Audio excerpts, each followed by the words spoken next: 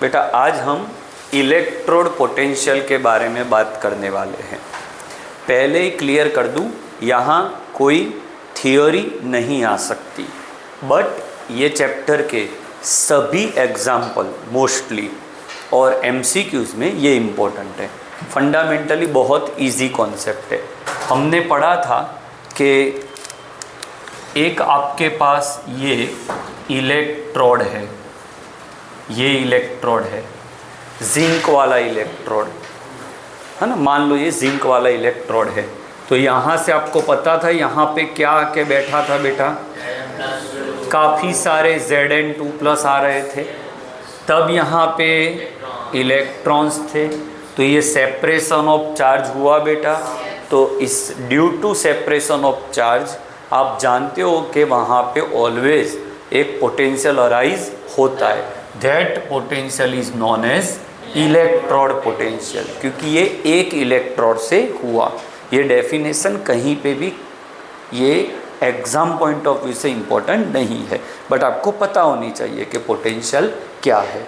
Okay, कोई भी plate होती है बेटा, वो प्लेट से, ये जिंक प्लेट है तो यहाँ से आयंस क्रिएट होते हैं, वो आयंस एक पॉजिटिवली चार्ज्ड है, उसके सामने प्लेट पे नेगेटिव चार्ज डेवलप होता है।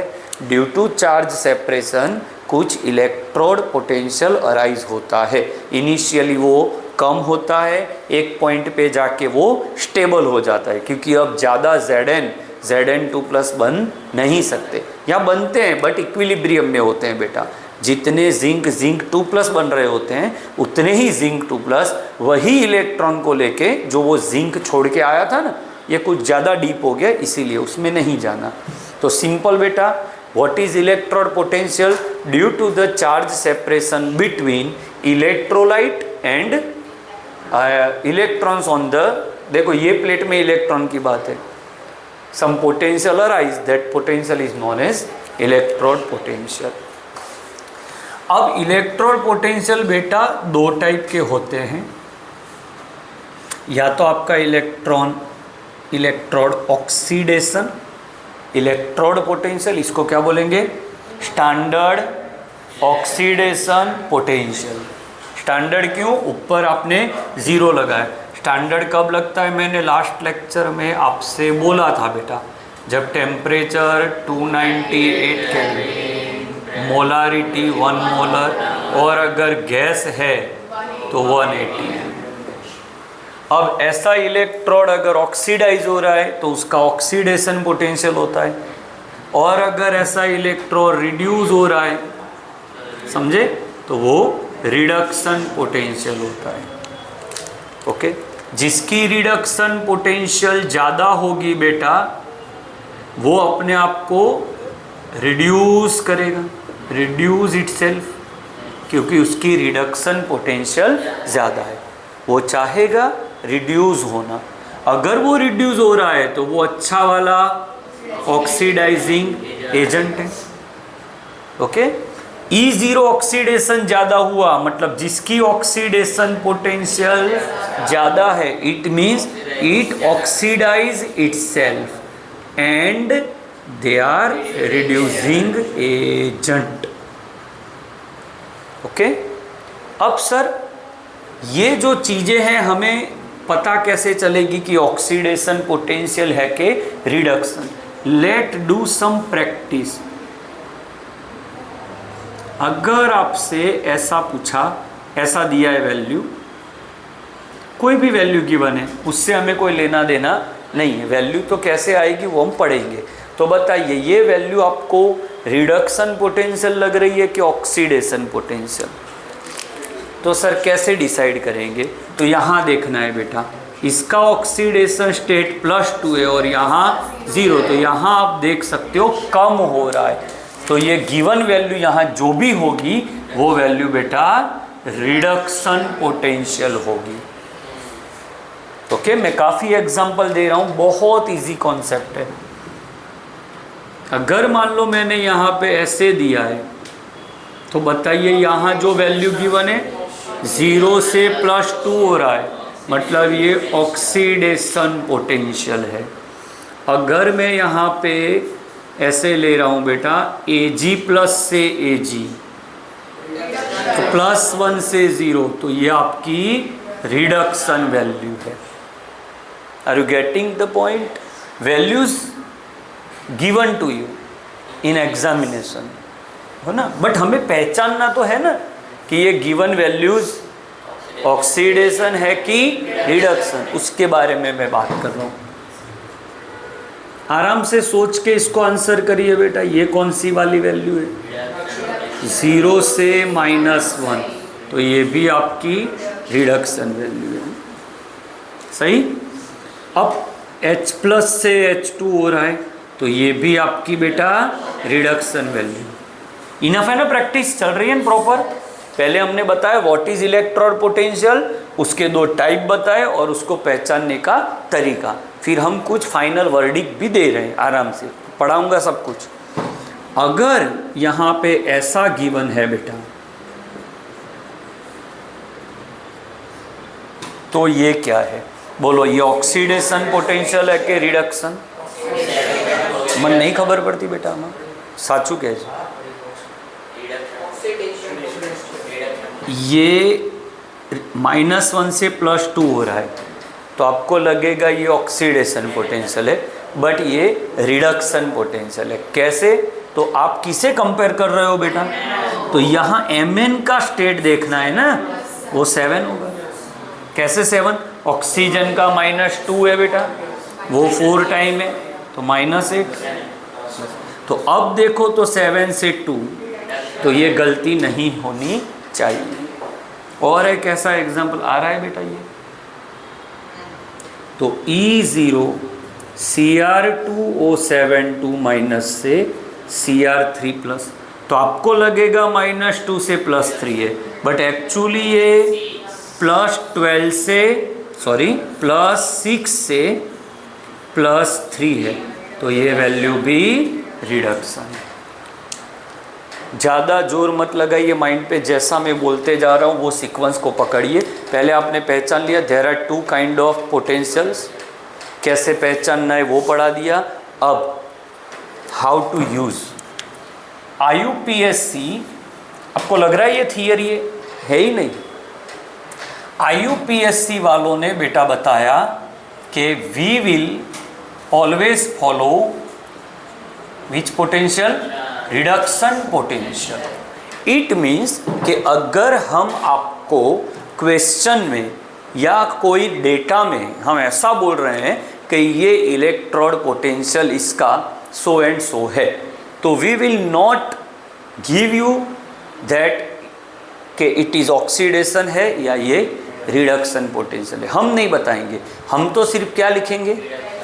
अगर मैं बोला कि Zn का इलेक्ट्रोड पोटेंशियल -0.76 वोल्ट है, तो उसका मतलब आपको समझ लेना है कि ये पोटेंशियल रिडक्शन पोटेंशियल ही है, हम बार बार बताएंगे नहीं। क्लियर ये माइंड में? वो किसे फॉलो कर रहे हैं बेटा? रिडक्शन पोटेंशियल को ही फॉलो कर रहे हैं। डन है? नेक्स्ट अब हम बात करते हैं बेटा, ये हो गई आपकी इलेक्ट्रोड पोटेंशियल। अब 3 चीज़ों पे बात करते हैं जो ये चैप्टर का पार्ट नहीं है, बट ये चैप्टर को यही चलाता है। इलेक्ट्रोड के भी टाइप्स होते हैं बेटा। इलेक्ट्रोड के मेनली 3 टाइप है, okay. That is first active, then inert and then gas. Electrode क्या है वो तो पता है बेटा, कोई भी प्लेट जिसे आपने सॉल्यूशन में डीप किया है, that plate act as electrode.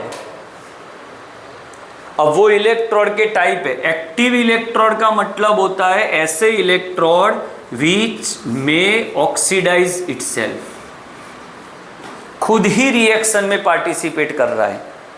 कई रिएक्शंस ऐसी है, जैसे कि आप 10th में पढ़े थे कि भाई, जैसे अभी पढ़े थे कि जिंक को कॉपर सल्फेट में डालो तो जिंक विल रिएक्ट, तो जिंक खुद रिएक्ट कर रहा है, तो वो कौन सी कैटेगरी में आएगा? एक्टिव। तो Zn, कॉपर, काफ़ी है ऐसे, जो मेटल है वो सब, Zn, कॉपर, Ag, ये सब। इनर्ट में क्या होता है बेटा? Will not oxidize itself, it will just give you contact। मतलब आपको बाहर वायर तो लगानी है बेटा, तो दो साइड कोई प्लेट तो चाहिए, बट वो प्लेट कैसी लेनी है? ऐसी प्लेट लीजिए जो खुद रिएक्ट ना करे, क्योंकि कई बार हम चाहते हैं कि सॉल्यूशन रिएक्ट करे, तो ऐसे पॉइंट पे आपको इलेक्ट्रोड इनर्ट लेने हैं। ओके, डैनियल सेल में उसका यूज नहीं होगा, बट ये चैप्टर में पीछे इसका यूज होगा बेटा। Okay, like platinum and carbon graphite, ये दो इलेक्ट्रोड अगर आप कोई सॉल्यूशन में डालते हो तो this two electron will give you contact, electrons आपको देंगे, but they will not react itself. उसके कांटेक्ट में जो होगा उसे रिएक्ट करवाएंगे। मतलब आपको कोई मकान लेना है, आप ढूंढ रहे हो, और आई एम अगर एस्टेट ब्रोकर हूँ तो मैं आपको बताऊंगा, मैं लूँगा नहीं, बट आपको बताऊंगा ये फ्लैट में ये नंबर का बेचना है, अगर आपको लेना है तो मैं क्या हुआ? सिर्फ आपका कॉन्टैक्ट पर्सन। इसी तरह से ये इलेक्ट्रोड्स रिएक्शन में पार्टिसिपेट नहीं करते कि चलो मैं ही खरीद लूँ, बट वो दूसरे को खरीदने में हेल्प करते हैं। ओके, गैस इलेक्ट्रोड्स भी होते हैं बेटा, कैसे बनते अभी देखेंगे। H2 और Cl2, ये गैस इलेक्ट्रोड है। डन। अब इलेक्ट्रोड को आप सॉल्यूशन में डालोगे तो क्या बनेगा? Half cell. इलेक्ट्रोड को हेल्प करो बेटा मुझे, इलेक्ट्रोड को सॉल्यूशन में डालोगे, उसी के सॉल्यूशन में, तो collectively it is known as half cell. जैसे कि आपने जिंक की प्लेट को ZnSO4 के सॉल्यूशन में डाला तो इसके नीचे सॉलिड लिखोगे, प्लेट ऑलवेज सॉलिड होती है। एक्वा के नीचे 1 मोलर लिखोगे, क्योंकि we are discussing right now standard cell, और जिंक ये ZnSO4 के कांटेक्ट में है तो यहाँ पे स्लैश आएगा। ये जो स्लैश है वो बता रहा है contact, zinc is in contact with Zn। तो अगर आपको ये पूरा ड्रॉ नहीं करना तो सिर्फ आप इतना लिख लो, हो गई बात। इसको और इजी तरीके से आप ऐसे लिख सकते हो, Zn solid, Zn2 plus aqua, ये भी चलता है। ओके, और एग्जाम्पल बेटा, copper solid slash copper2 plus aqua 1 molar, Ag plate, Ag solid, Ag plus aqua 1 molar. So these are the symbolic representation. आपको ये बार बार बीकर ड्रॉ करना, उसमें इलेक्ट्रोड डालना, ये सब चीज़ों से आप निकल चुके हैं अगर ये किया तो। अब मान लो गैस है तो H2 गैस, उसका आयन क्या है बेटा? H+। ओके, अब H2 गैस कभी भी इलेक्ट्रोड नहीं बन सकता, तो उसके लिए एक इलेक्ट्रोड खुद डालना होता है, दैट इज प्लेटिनम। वो कैसे कंस्ट्रक्ट होता है वो अभी नेक्स्ट लेक्चर में देखेंगे।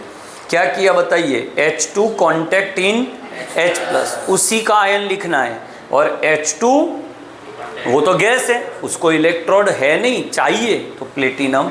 तो प्लेटिनम ही क्यों लिया? उसका आंसर यहाँ है, इनर्ट। अब इसके नीचे क्या लिखेंगे बेटा? सॉलिड। इसके नीचे गैस, इसके नीचे इसका 1 मोलर, इसका 1 atm प्रेशर, गैस आया तो। चलो और एक Cl2 लिया, तो Cl2 का आयन है Cl- aqueous 1 molar, gas 1 atm platinum. Gas होगा तो प्लेटिनम एक्स्ट्रा आएगा। बोलो डन है। हाफ सेल कैसे सिंबलाइज होता है? क्लियर? तो अभी बोर्ड पे आपके सामने क्या क्या चीज़ें लास्ट टाइम रिवाइज करते हैं, फिर नेक्स्ट टॉपिक में जाते हैं जहां हम हाइड्रोजन सेल पढ़ रहे हैं, क्योंकि हाइड्रोजन सेल से आपका नेक्स्ट लेक्चर निकलेगा। ओके, क्या है पॉइंट बेटा? क्या पढ़ा? Electrode potential.